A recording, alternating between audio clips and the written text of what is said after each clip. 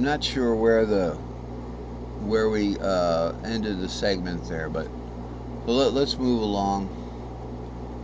So the long pattern here is going to give us the pattern at the fret nut, because if you have a pattern that goes like this down at the fret nut, maybe you only have a couple of those pattern bits. We can't employ our knowledge of that pattern with just a couple of stray bits up here or down here. So we use this pattern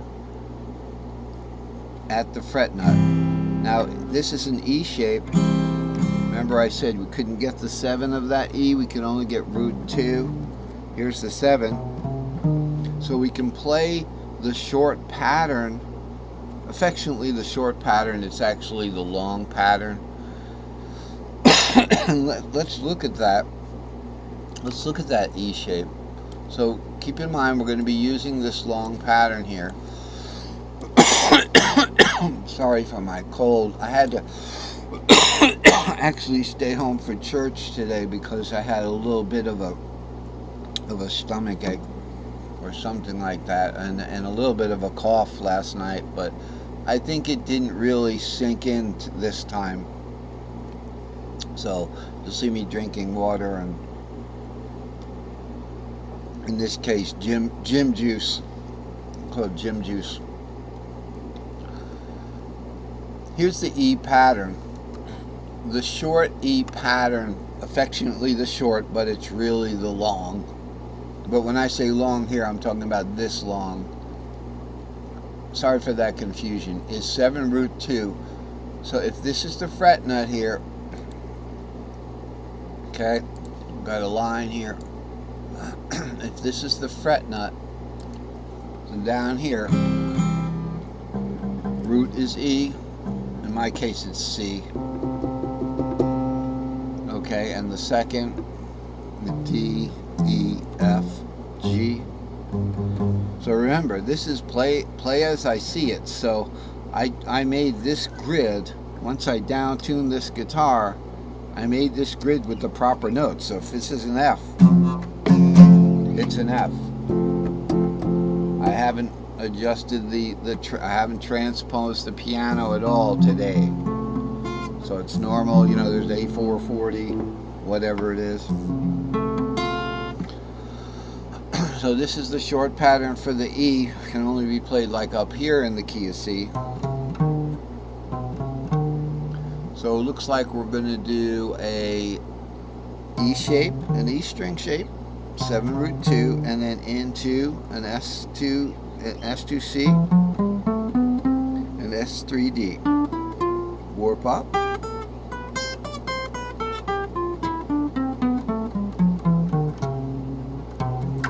Now we can't do that down here because we don't have this row of notes. We only have,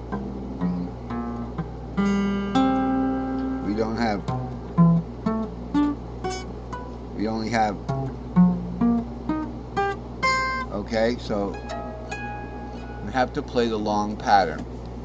So I made these long patterns. Alright, let's get out of the drawing tool for a second. I made the long pattern, so you know this is the fret nut here. It extends down onto this fretboard. It's just when I redid the fretboard for this chart, I didn't extend the fret nut down here, but this is understood here. This S2RL is going to be the top 2 strings of that three string pattern. Here we are. So this S2, it's right here, S2AXL is going to be the top 2 strings of our basic 7L core pattern there, S3XL. Remember from that 7L diagram I made? So we'll be employing this pattern whether it goes off the fretboard or comes on the fretboard, and only 1 or 2 of them are showing, or all 3 in the case of the A shape, or whether it goes off the fretboard on the top. We're going to be playing all 3. All 3 would be here,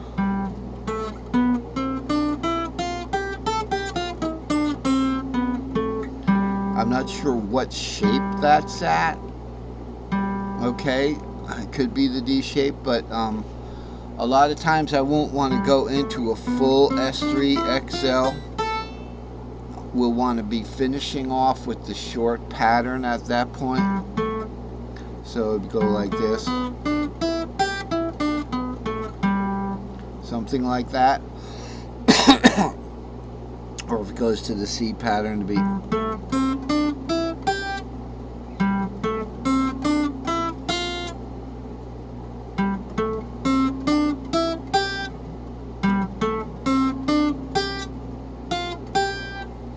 okay.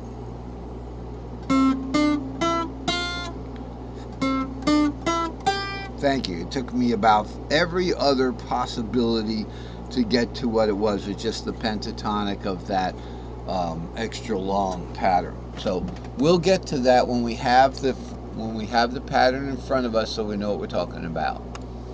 So let's go back to the E and look what we got here. So this is the first real. This is it. This is the first time we're going to employ these patterns. Not the first time. I've had about 3 lessons on them, but we're pinning down a certain situation where you have your basic E shape.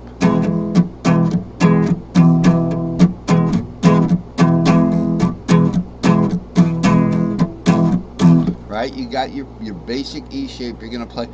You want to do a scale off of that. You're going to start with an S2 RXL and then go into a simple little S4E.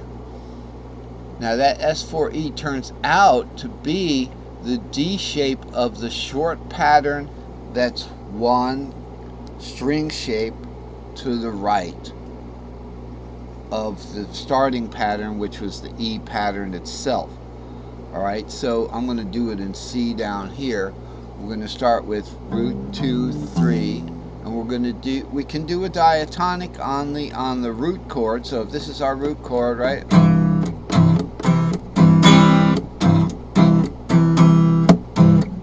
Same rhythm, different pitch. So we go, we're going to start with a diatonic.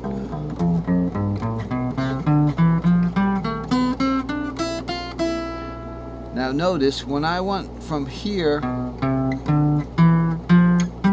I didn't take it into a full X3 XL at that point. You could do that.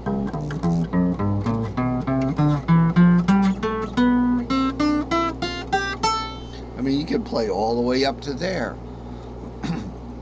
But to keep it in some kind, let's just keep a control over some of it. Like I say, we're only going to play into the next cage shape. So here's E. In the word cage, E goes to D. So it's an E-shaped C, and here's a D-shaped C. So here's your D-shaped pentatonic. So after we're done with our long pattern,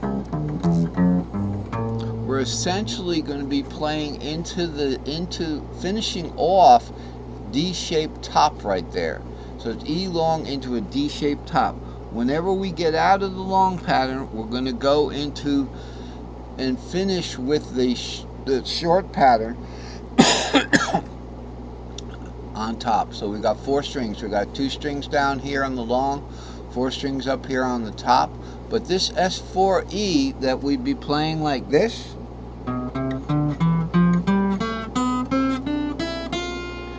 okay, instead of going to do that S4E, we could just as easily play the top part of the next pattern's pentatonic. So that pentatonic would be is the same as this. So the whole pattern's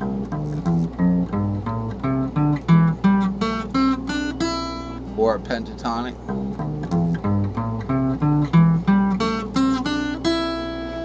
That is what is there in the yellow, what I just played.